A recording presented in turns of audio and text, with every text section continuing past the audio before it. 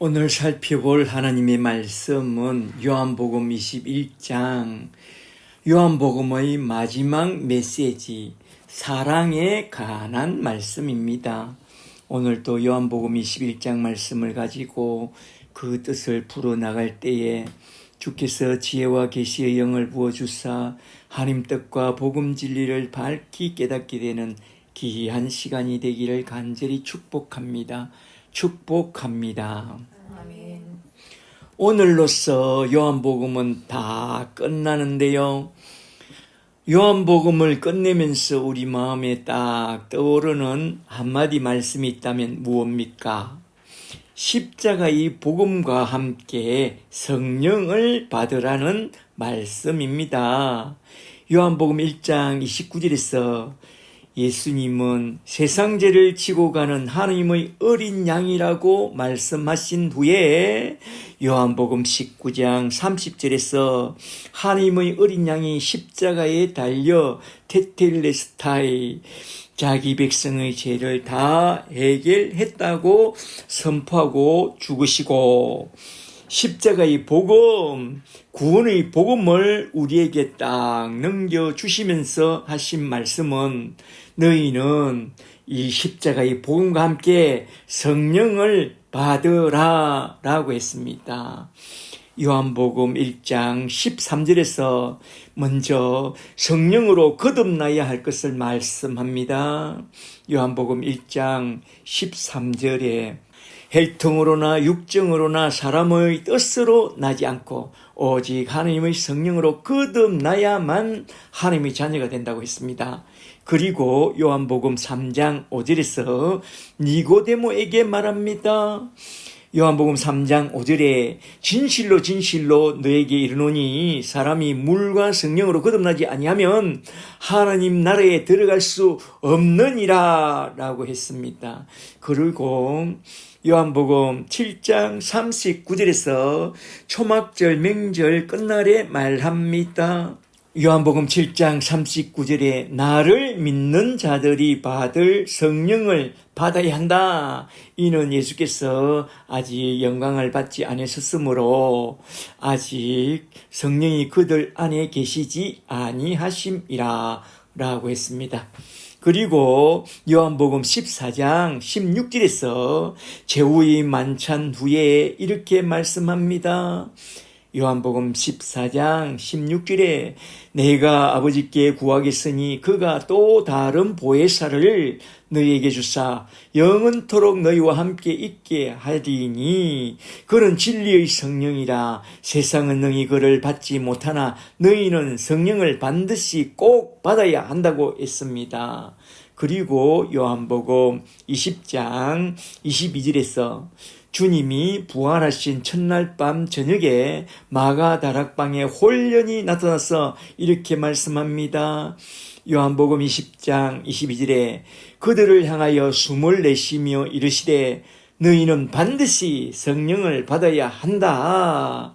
이렇게 이상과 같이 요한복음은 십자가의 복음과 함께 성령을 반드시 받아야 한다고 강력하게 선포하고 있습니다. 오늘 본문 말씀도 십자가의 복음과 함께 성령을 받아야 한다는 그 말씀으로 딱 마치는 것을 우리는 딱 보게 될 것입니다. 자, 들어보세요. 누가 저에게 성경 중에서 딱 세 것만 추천해 달라고 한다면 요한복음과 로마서와 히브리서를 딱 추천하겠습니다. 그리고 하나 더 요한계시록까지 딱 추천해 주겠습니다. 저는 언젠가 반드시 꼭 요한복음과 로마서와 히브리서와 그리고 계시록까지 한 장씩 다 설교하고 싶었습니다. 그래서 이번 기회에 요한복음을 한 장씩 한번 쭉 살펴봤는데요. 다음 주부터는 로마서를 한 장씩 쭉 살펴보려고 합니다. 그 다음에는 히브리서를 한번 꼭 살펴보고 싶습니다. 할렐루야. 이제 오늘 본문 말씀으로 돌아가서 오늘 본문 말씀을 한번 좀 살펴볼까요? 요한복음은 20장 31절에서 딱 끝나고 21장은 부록장이라고 했습니다. 주석을 보니까 요한복음을 기록한 목적이 요한복음 20장 31절에 딱 나오면서 요한복음은 20장 31절에서 다 끝나고 21장은 사도께서 마지막으로 하고 싶었던 가장 중요한 메시지를 담아 놓은 그런 부록 같은 말씀이라고 하는데요. 과연 그 중요한 메시지는 무엇이냐? 잘 들어보세요. 요한복음을 기록한 목적은 뭐라고 했죠? 요한복음 20장 31절에 잘 나오죠. 20장 31절에 오직 이것을 기록함은 너희로 예수께서 하나님 아들 그리스도이심을 믿게 하려 하며 또 너희로 믿고 그 이름을 힘입어 성령을 받게 하려 함이라 하면서 요한복음은 딱 끝나는데요. 이렇게 요한복음을 딱 끝내고 나면 요한복음을 보고 듣고 구원을 받고 성령을 받게 된다면 그 다음에는 어쩌란 말이냐, 그러한 의문이 생깁니다. 그래서 사도는 너무나도 중요한 메시지를 21장이라는 부록에 딱 붙여서 이렇게 말씀합니다. 구원을 받고 성령을 받았다면 너희는 이렇게 살아야 한다. 말하자면 복음과 함께 부르심의 사명을 따라 이렇게 살아야 한다고 하면서 갈릴리 바닷가에서 베드로를 대표로 불러서 부르심의 사명과 비전을 제시한 우리 주님의 말씀으로서 딱 끝내는데요.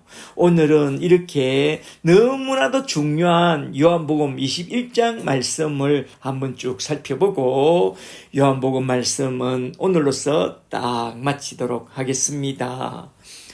오늘 저는 요한복음 21장 말씀을 크게 두 대목으로 나누어서 한번 쭉 살펴보고 마치도록 하겠는데요.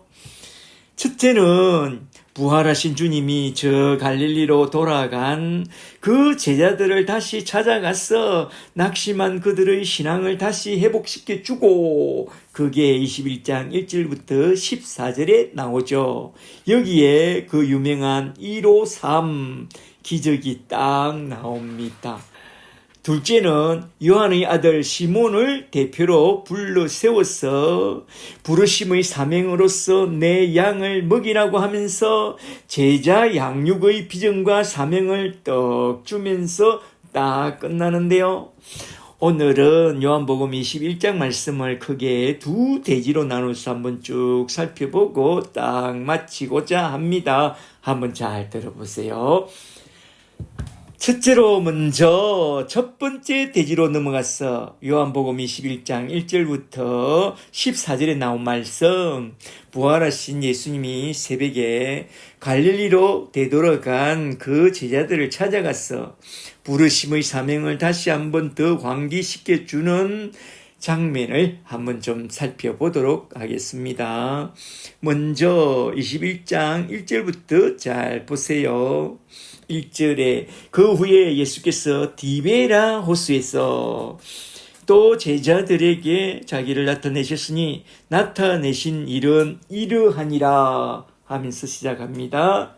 2절에 시몬 베드로와 디두모라 하는 도마와 갈릴리 가나 사람 나다니엘과 세베대의 두 아들과 또 다른 제자 둘이 함께 있더니, 여기에 보면 7명이 나오는데 여기에 나온 이름 순서를 잘 보세요.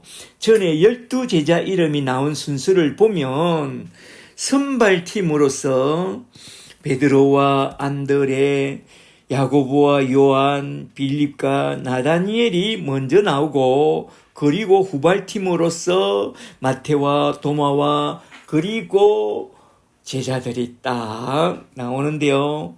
여기선 베드로 다음에 도마의 이름부터 먼저 나온 것은 베드로가 나 갈릴리로 돌아갈래 할 때에 도마가 제일 먼저 따라 나섰다는 그런 말씀입니다. 3절에 시몬 베드로가 나는 물고기 잡으러 가노라 하니 그들이 우리도 함께 가겠다 하고 나갔어. 배에 올랐으나 그날 밤에 아무것도 잡지 못하였더니 3절까지만 물고기 잡으러 가자 하고 벌써 배에 올라 있어요. 축지법을 썼나? 생략법이죠. 1절 말씀을 잘 보세요. 사도는 장인정신을 가지고 성경 말씀을 한 땀 한 땀 써 내려가면서 요한복음 20장 31절에서 결론을 딱 맺은 그 후에 예수께서 디베라 호수에서 그 제자들에게 자기를 나타내신 일이 이러하니라 라고 시작하면서 서두에 나온 말씀이 뭐냐 하면 시몬 베드로가 나 물고기 잡으러 갈릴리로 돌아갈래 하니까 도마를 필두로 해서 제자들이 줄줄이 베드로를 따라 나서는 그런 장면으로 시작됩니다. 그런데 사도는 왜 이런 식으로 이 본문을 기록했을까요? 이건 한마디로 잘 들어보세요.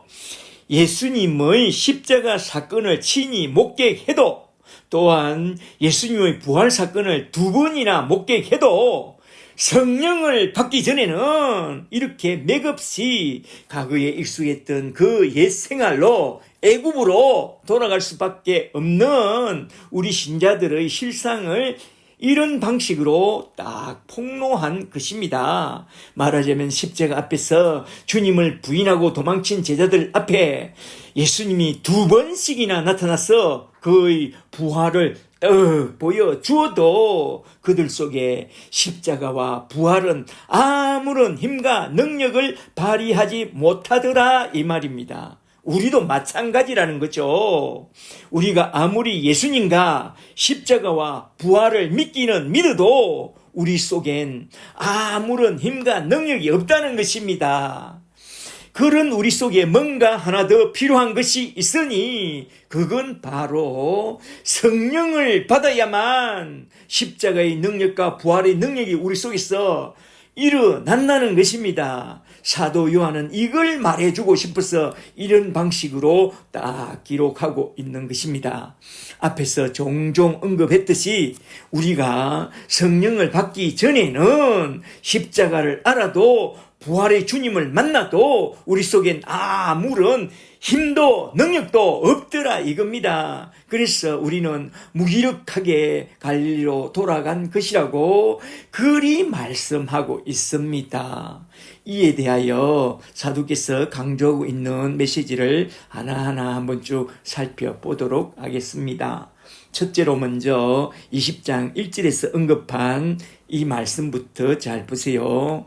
사도 요한은 왜 갈릴리 바다를 디베라 호수라고 그렇게 말씀하고 있을까요? 이 단어 안에는 요한의 의도가 딱 담겨 있는데요. 잘 들어보세요.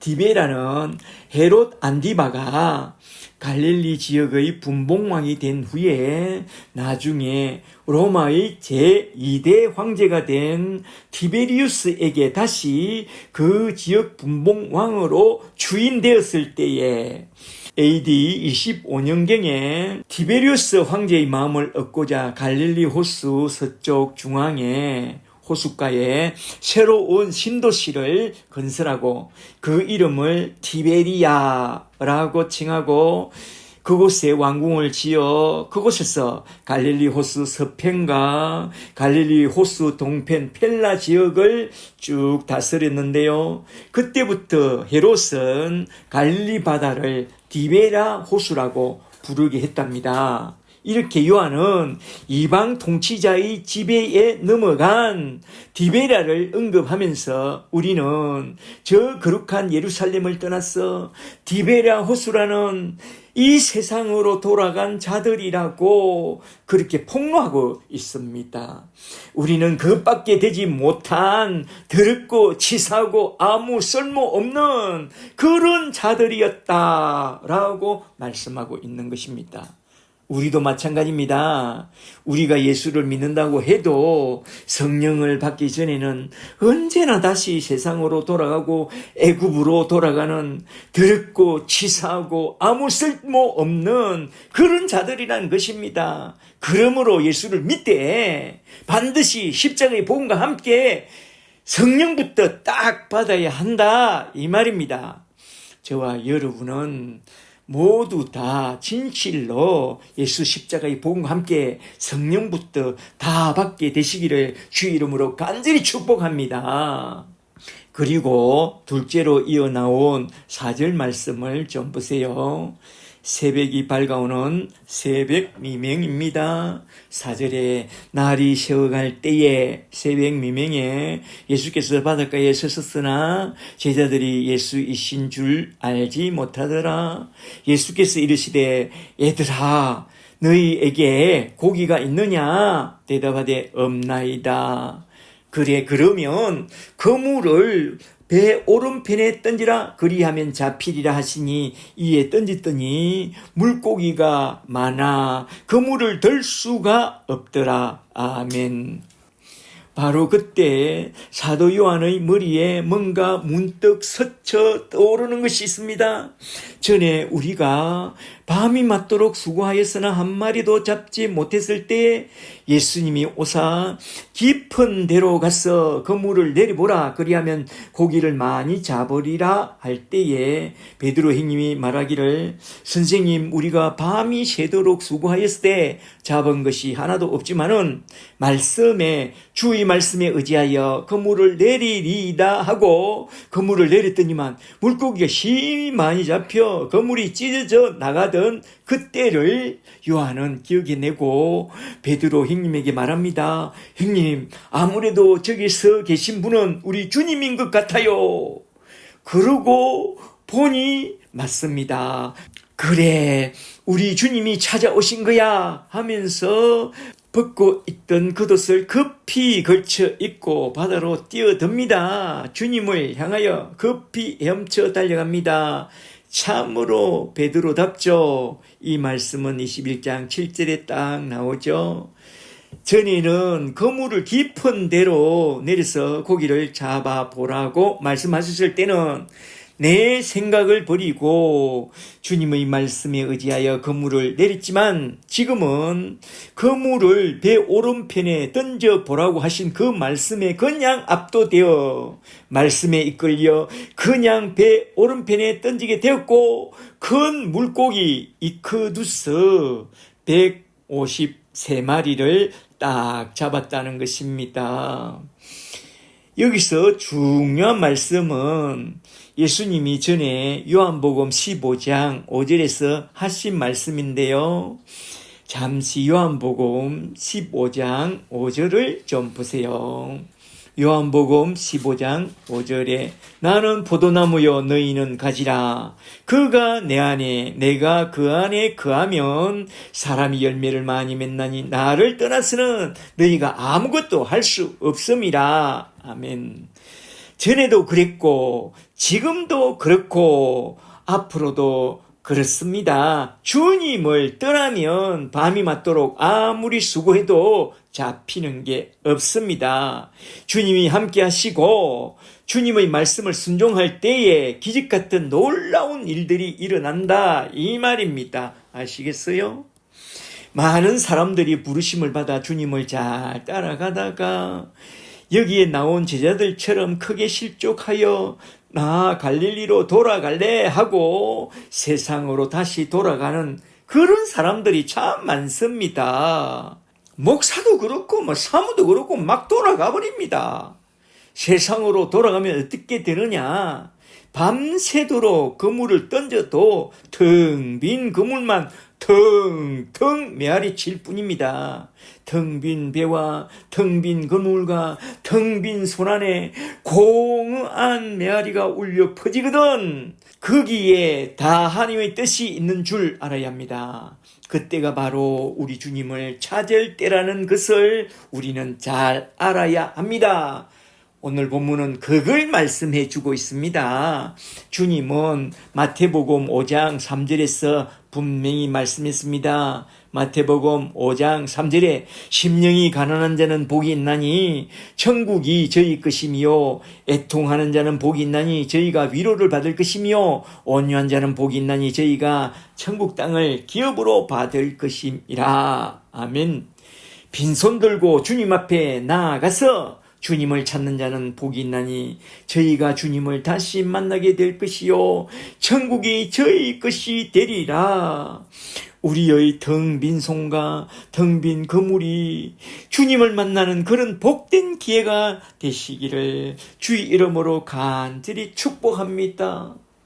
나에게 텅 빈 것을 다시 한번 돌아보고 주여 하고 주님 앞에 나가서 십자가 붙잡고 은혜를 붙잡고 주의 사랑을 부어달라고 기도한다면 우리가 주님을 다시 만나게 될 것이고 천국이 우리의 것이 될 줄 믿습니다. 할렐루야. 그리고 셋째로 이어서 나온 9절 말씀을 좀 더 보세요. 이 대목이 대단히 중요합니다.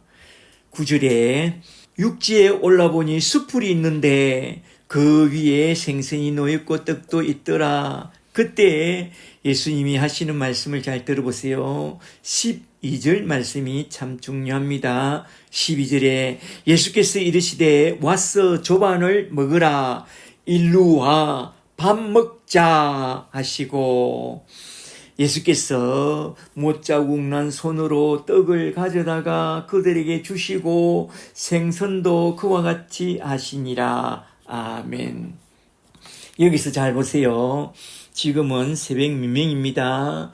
베드로가 제일 먼저 올라가서 보니 주님이 숯불을 피워놓고 기다립니다.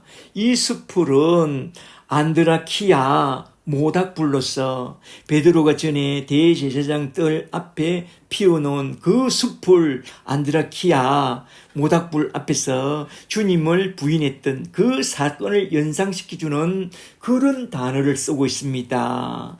안드라키아 그런 숯불로서 이 숯불엔 우리 주님의 의도한 바가 다분히 실려 있는데요. 새벽 미명에 베드로가 달려와서 주님 앞에 놓인 숯불, 모닥불을 보자마자 그의 가슴이 철컥 내려앉습니다. 그래서 주님 앞에 무릎을 팍 꿇습니다. 그때 주님은 다른 소리 하지 않고 그냥 이리 와 밥 먹자 합니다. 주님은 실족한 자들에게 상처받은 자들에게 그때 왜 너 그랬느냐 어쩌다가 너가 그랬느냐 그러지 않습니다. 전에 간음하다가 잡혀온 여인에게 하신 말씀을 한번 잘 생각해 보세요. 그때 왜 너가 그랬니 어쩌다가 너가 그랬느냐 그러지 않았어요. 그 마음의 수치와 부끄러움을 다 아셨던 주님은 단 한마디로 딱 끝냅니다. 여자여 너를 고발하던 자들이 있느냐 없나이다. 나도 너를 정죄하지 아니하노니 가서 다시는 죄를 범치 말라.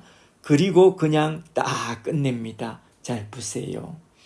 그러나 주님 앞에 서면 우리는 그냥 작아지고 그냥 회개가 절로 나오게 되죠. 그런 우리에게 다른 말을 하지 않습니다. 그냥 이리 와 밥 먹자라고 말합니다. 이 말이 참으로 중요합니다. 이리 와 밥 먹자. 그냥 우리 밥이나 먹자. 이것보다 더 큰 위로와 회복을 가져다 주는 그런 말씀은 없습니다.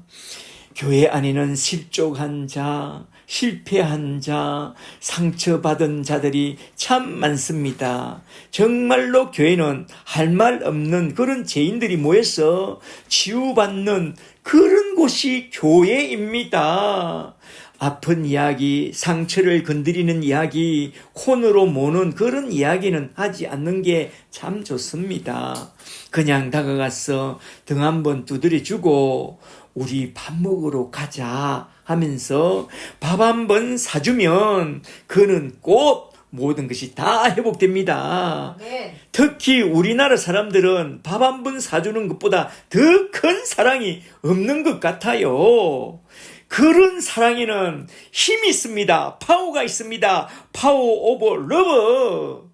사랑이 담긴 그 한마디에 때로는 상처가 치유되고 뱅상에서 일어나게 되고 때로는 아픔을 딛고 일어서게 되고 용기를 얻어서 새 출발하는 그런 일이 일어납니다. 그러므로 리더는 팔로우에게 밥 한 번 사주는 그게 가장 큰 위로와 격려가 될 줄 믿습니다. 아멘. 그의 학교나 직장이나 그의 집에 집 앞에 찾아가서 밥 한 번 사주는 그런 사랑의 사도들이 다 되시기를 주의 이름으로 축복합니다. 아멘. 이리와 같이 밥 먹자라는 말씀 속에 담겨 있는 사랑의 힘, 파워를 경험한 베드로는 나중에 마가가 바울과 바나바를 따라 나섰다가 힘들어서 실족하여 돌아와서 우울증에 빠져 헤매고 있을 때에 조용히 다가가서 말합니다. 우리 밥이나 먹으러 가자 하면서 등을 한번 두드려 주었더니만 그는 곧 회복되어 베드로를 영적 아비로 따라다녔다고 하잖아요. 밥 먹자라는 이 말은 큰 파워가 있습니다. 그러나 밥 한번 먹자 해놓고 약속을 안 지키는 그 사람은 어찌 되느냐? 그냥 가짜 신자가 됩니다. 그러면 안 돼요. 약속을 지키세요. 밥 한번 사주세요. 할렐루야. 아멘. 밥 한번 사줌으로 실족한 자를 이렇게 세우는 저와 여러분이 다 되시기를 주 이름으로 축복합니다. 그리고 여기 11절에 나온 큰 물고기 153에 대하여 한번 좀 짚어보고 넘어가지 않을 수가 없는데요. 주님은 제자들에게 그렇게 숫자에 좀 초월하라고 했는데 왜 사도는 153을 딱 기록해 놓았느냐? 주석을 보니까 이건 유대인의 수비학, 게마트리아 차원에서 언급한 그런 숫자라고 해요. 153의 물고기 이크두스란 갈릴리 호수의 어종이 총 153종이라는 그런 전설과 함께 이건 온 세상, 갈릴리를 하나의 온 세상이라 표현하면 이건 온 세상에서 이크두스, 이 예수서, 그 그리스도서, 두 하나님의 아들, 소테리온 구원자라고 고백하는 모든 민족을 상징하는 그런 숫자라고 해요. 이크두스, 예수 그리스도는 하나님의 아들 구원자라고 고백하는 모든 택한 자들을 상징한다는 숫자라고 해요. 말하자면 땅끝까지 나가서 이크두스를 고백하는 사람들을 낚는 어부가 되라는 그런 상징적인 숫자가 153이라는 것입니다. 잘 아시겠어요? 이 정도로 하고 그냥 딱 넘어갑니다. 이제 두 번째 대지로 넘어가서 요한복음 21장 15절부터 25절에 나온 말씀, 요한의 아들 시몬 베드로를 대표로 불러서 부르심의 사명인 내 어린 양을 먹이고 내 양을 치고 또 내 큰 양까지 잘 먹이라는 비전과 사명을 주신 이 장면을 한번 쭉 살펴보고 딱 마치고자 합니다. 15절부터 잘 보세요. 15절에 그들이 조밥 먹은 후에 예수께서 시몬 베드로에게 이르시되 요한의 아들 시몬아, 밑줄짝 요한의 아들 시몬아, 계속 요한의 아들 시몬아 하고 부릅니다. 너가 이 사람들보다 나를 더 사랑하느냐 하시니 이르되 주님 그러하나이다. 내가 주님을 사랑하는 줄 주님께서 아시나이다. 이르시되 내 어린 양을 먹이라 하시고 16절에 또 두 번째 이르시되 요한의 아들 시몬아 너가 나를 사랑하느냐 하시니 이르되 주님 그러하나이다. 내가 주님을 사랑하는 줄 주님께서 아시나이다. 이르시되 내 양을 치라.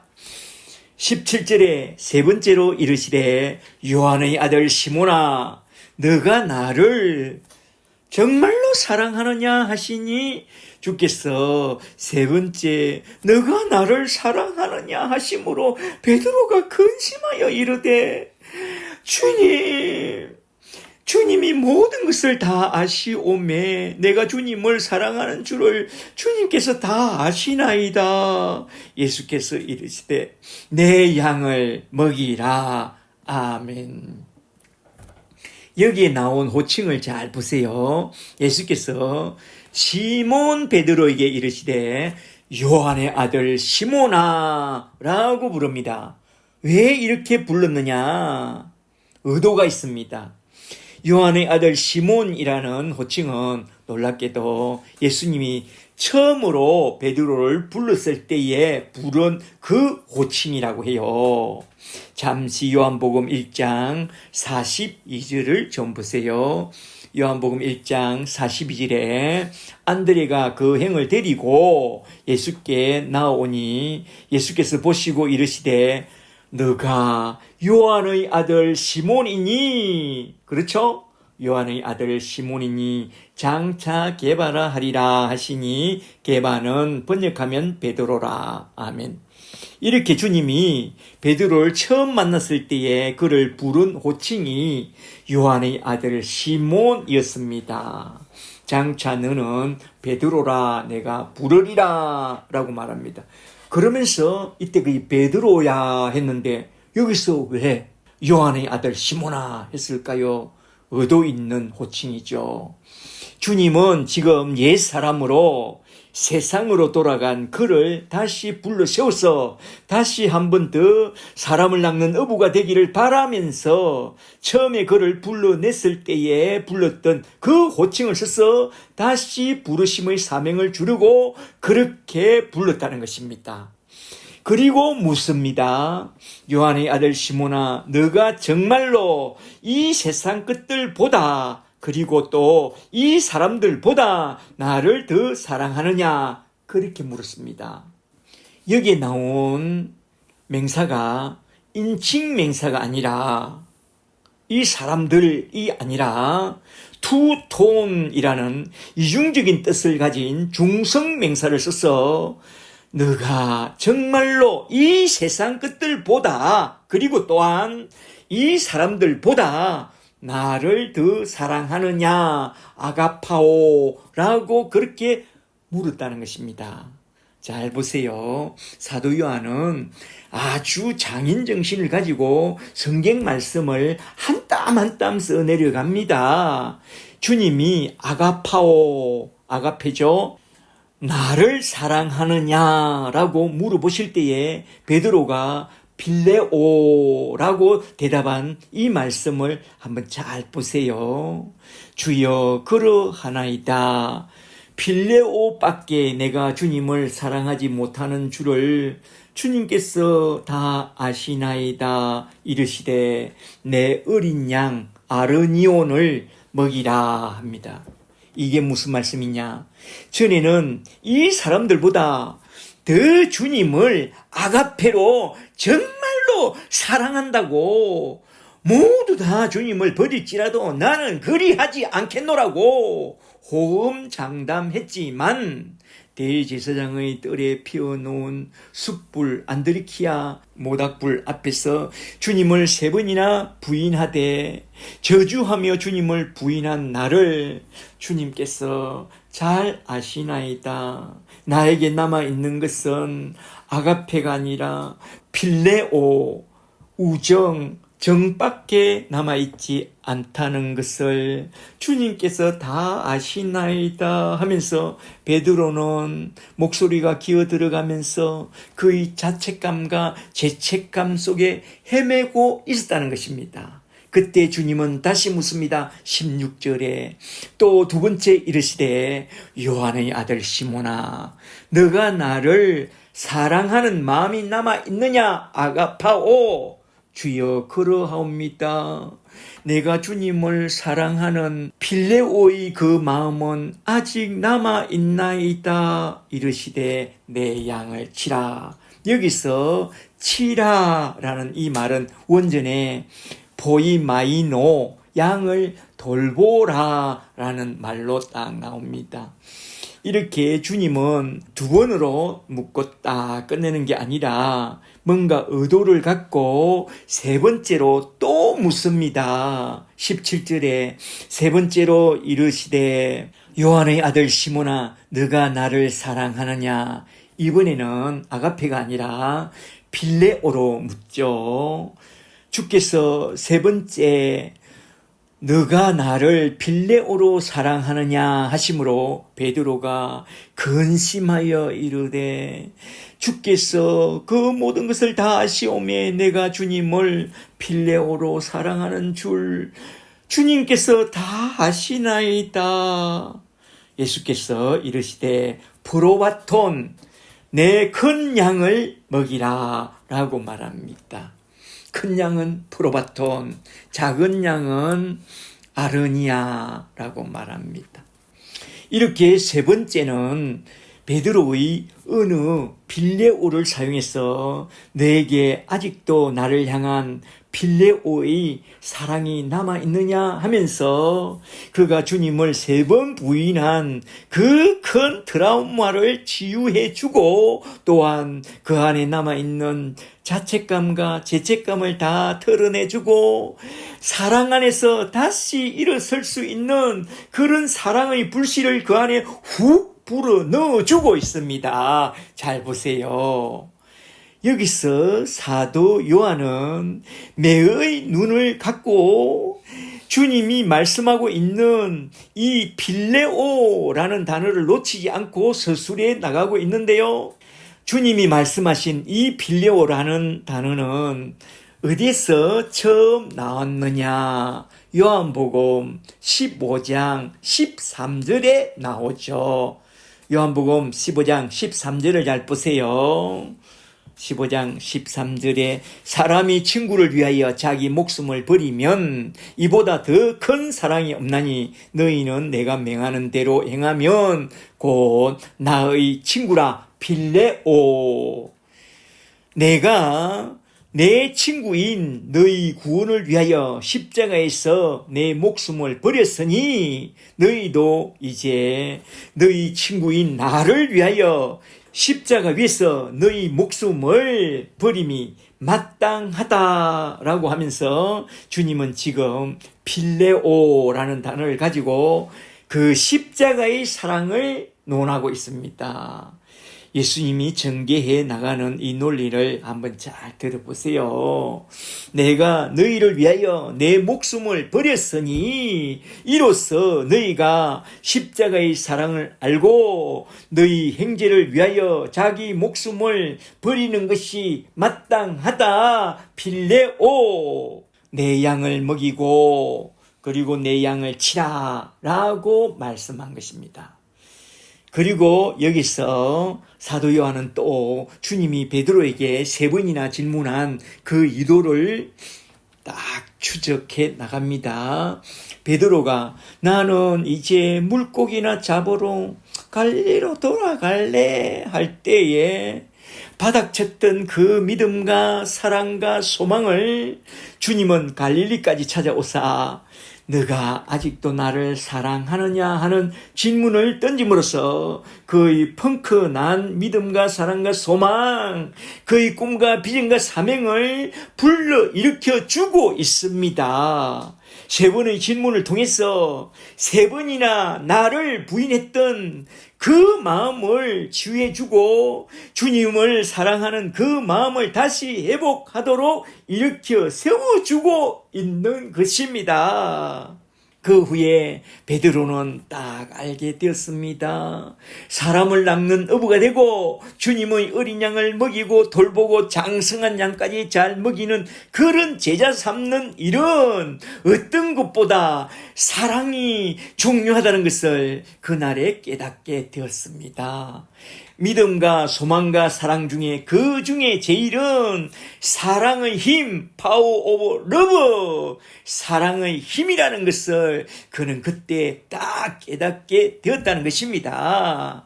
우리는 이걸 잘 알아야 합니다. 성령과 함께 사랑의 힘을 받아야 한다 이 말입니다. 그렇습니다. 베드로처럼 문제가 많은 우리에게 정말로 필요한 것은 사랑입니다. 주님의 은혜와 주님의 사랑을 성령과 함께 딱 받고 내가 주님을 사랑한다고 고백할 때에 우리의 모든 트라우마는 다 치유되고 우리의 자책감도 죄책감도 다 치유되고 다시 일어서서 주님과 주님 나라 위하여 믿음의 선한 싸움을 잘 싸우고 믿음의 길을 잘 달려가는 그런 믿음의 사람이 된다는 것입니다. 할렐루야. 주님은 오늘 우리에게 묻습니다. 너가 이 사람들보다 나를 더 사랑하느냐? 너가 이 세상 것들보다 나를 더 사랑하느냐? 주여, 내가 주님을 참으로 사랑합니다. 그렇게 고백하는 순간 주님의 사랑이 우리에게 차고 들어오고 그 사랑이 나를 치유하고 나를 다시 일으켜 세워서 달려갈 수 있는 그런 믿음의 사람으로 만들어 나갈 것입니다. 할렐루야. 그런 믿음의 사람들이 다 되시기를 주 이름으로 축복합니다. 이렇게 주님은 베드로에게 세 번 질문함으로써 그의 트라우마를 다 치유해 주었을 뿐만 아니라 베드로에게 다시 우리 주님의 꿈과 비전과 사명까지 딱 회복시켜 주는 것을 우리는 보게 됩니다. 15절에 나온 첫 번째 질문에서 너가 나를 사랑하는 마음이 조금이라도 남아있거든 다시 일어나서 나의 아르니온 어린 양을 먹이라고 보스코 피드 양육을 딱 맹합니다. 16절에 나온 두 번째 질문에서 너가 나를 사랑하는 마음이 조금이라도 지금 남아있거든 다시 일어나서 나의 포로같은 큰 양을 치라고 포이마이노 테이크 케어를 딱 맹합니다. 17절에 나온 세 번째 질문에서 너가 나를 진실로 사랑하는 그 마음이 아직도 남아있다면 너는 다시 일어나서 나의 프로바톤 큰 양을 먹이라고 보스코 피드 양육을 딱 다시 맹합니다. 나의 양을 먹이고 나의 큰 양을 돌보고 나의 큰 양을 잘 먹이는 이것이 너희를 우리를 부르신 목적이요 우리 주님이 우리에게 맡겨주신 주님의 꿈과 비전과 사명이라는 것입니다. 다시 말하자면 사람을 낚는 어부가 되고 가서 모든 민족을 제자로 삼아 그들을 양육하는 양육의 사도가 되는 그것이 우리 주님이 우리에게 주신 주님의 꿈과 비전과 사명이라는 것입니다. 전도자가 되고 양육자가 되라. 이러한 꿈과 비전과 사명을 감당하는데 정말로 필요한 것은 무엇이냐? 오직 하나, 사랑밖에 없다. 사랑의 힘. 성령과 함께 받은 은혜와 사랑만 있다면 그 어떤 상황 속에서도 내 어린 양을 잘 먹일 수 있고 내 양을 잘 돌볼 수 있고 내 양을 더 잘 먹일 수 있는 그런 양육의 사도가 될 수 있다 이 말입니다. 여기서 주님은 계속해서 성령을 강조하고 있다는 것을 행간의 글을 잘 읽어내야 합니다. 여기서 우리 주님이 하신 말씀은 십자가의 사랑을 받아서 십자가의 사랑으로 전도하고 십자가의 사랑으로 양육하는 그런 전도자와 양육의 사도가 되라 이 말입니다. 하나님의 일을 하는 데 있어서 제자를 양육하는 일보다 더 크고 기쁘고 즐겁고 복된 일은 없습니다.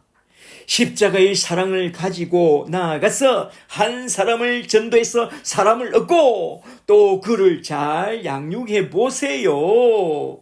그가 십자가의 사랑을 받아들이고 또 믿음에서 자라가는 것을 한번 지켜보세요.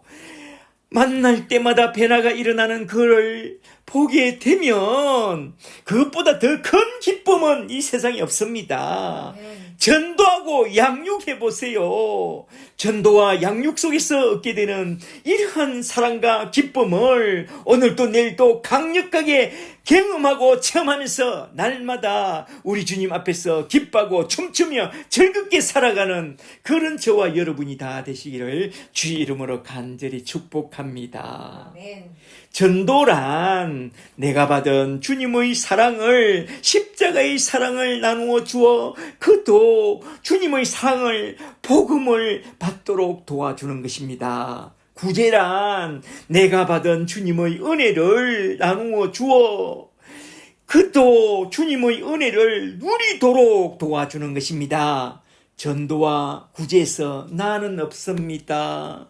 주님 것으로 해야 합니다. 그저 주님으로부터 받은 것을 주님의 사람들에게 하느님의 백성들에게 나누어주고 그가 주님을 바라보고 주님 때문에 기뻐하고 즐거워하도록 도와주는 그게 전도요 구제입니다. 네. 우리 은은 없어져야 합니다. 나는 사라져야 합니다. 주님만 나타나야 합니다. 우리는 베드로처럼 나는 없고 오직 주님으로부터 받은 그 사랑만 십자가의 사랑만 전해주는 그런 사랑의 사도들이 다 되시기를 주 예수 그리스도의 이름으로 간절히 축복합니다. 축복합니다. 이제 끝으로 요한복음 21장 18절에서 우리 주님이 베드로에게 마지막으로 남긴 이 말씀만 좀 살펴보고 딱 마치도록 하겠는데요. 18절부터 좀 보세요. 18절에 내가 진실로 너에게 이르노니 너가 젊었으는 스스로 띠띠고 원하는 곳으로 다녔거니와 늙었으는 너희 팔을 벌리리니 남이 너에게 띠를 띄우고 원하지 아니하는 곳으로 데려가리라. 이 말씀을 하시면 베드로가 어떠한 죽음으로 하나님께 영광을 돌릴 것을 가리키심이라. 죽음으로 순교함으로 하나님께 영광 돌리게 된다 라고 말씀하고 있습니다. 이 말씀을 하시고 베드로에게 이르시되 너는 나를 따르라 하시니 20절에 베드로가 돌이켜 요한을 보고 주님께 말합니다. 주님, 이 사람은 어떻게 되옵니까? 22절에 남의 일에 신경 끄세요. 너나 잘하세요 하면서 여기서 주님과 베드로의 대화는 딱 끝이 나는데요. 여기 18절을 잘 보세요. 이게 무슨 말씀이냐. 지금은 너희 마음대로 활개치고 다녔지만 나중에 성령을 받게 되면 성령님이 너에게 띠띠우고 너를 의 길로 인도하실 것이다. 이 말입니다. 여기서 주님은 결론적으로 너는 성령을 받아야 하며 성령을 받은 자에게 일어날 영적인 축복을 딱 선포하고 있습니다. 말하자면 성령을 받게 되면 성령님이 너에게 순교자의 죽음을 넉넉히 감당하게 해서 하나님 아버지께 크게 너희 죽음으로 영광을 돌리는 길로 인도해 주실 것이다. 성령님이 말입니다.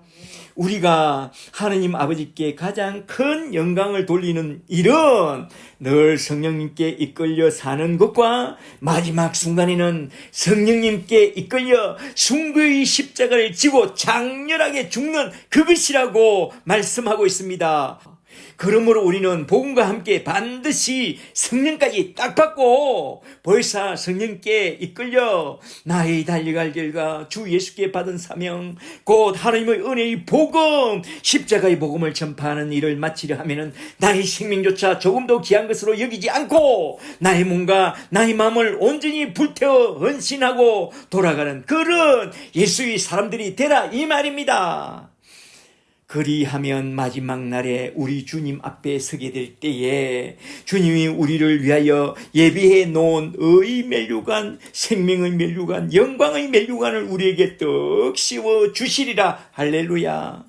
그런 면류관을 다 받아 쓰고 우리 주님 나라에 다 들어가게 되는 그런 저와 여러분이 다 되시기를 주 예수 그리스도 이름으로 간절히 축복합니다. 축복합니다. 오늘은 이렇게 요한복음 21장 말씀을 크게 두 대지로 나누어서 한번 쭉 살펴봤는데요. 첫째는 부활하신 주님이 저 갈릴리로 돌아간 제자들을 다시 찾아가서 그 낙심한 그들의 신앙을 다시 회복시켜 주신 우리 주님의 말씀을 한번 쭉 살펴보았고, 여기에 그 유명한 밥 먹자라는 말씀이 나왔죠. 둘째는 요한의 아들 시몬 베드로를 대표로 불러서 부르심의 사명으로서 곧 내 어린 양을 먹이고 내 큰 양을 치고 또한 내 큰 양을 잘 먹이라고 명하신 그 말씀 속에 담아내고 있는 우리 주님이 우리에게 주신 주님의 꿈과 비전과 사명까지 한번 쭉 살펴보았습니다. 오늘 살펴본 말씀들을 깊이 생각하면서 우리의 연약함을 치유해 주시고 또한 우리를 불러 우리에게 주님의 꿈과 비전과 사명까지 딱 주신 것을 다시 한번 잘 점검해 보았으면 참 좋겠습니다. 그리하여 믿음 없는 자가 되지 말고 부활의 주님 앞에서 받은 꿈과 비전과 사명을 가지고 땅끝까지 나아가지 못할지라도 내 집 근처 다니면서 우리 주님의 사랑, 우리 주님이 내게 주신 사랑, 십자가의 사랑을 나누어 주면서 전도하는 사랑의 사도와 양육하는 양육의 사도로서 아름답게 잘 살다가 우리 주님이 올라오라고 하시는 그날에 우리 주님 품으로 다 돌아가는 그런 저와 여러분이 다 되시기를 주 예수 그리스도 이름으로 간절히 축복합니다. 축복합니다. 아멘. 할렐루야.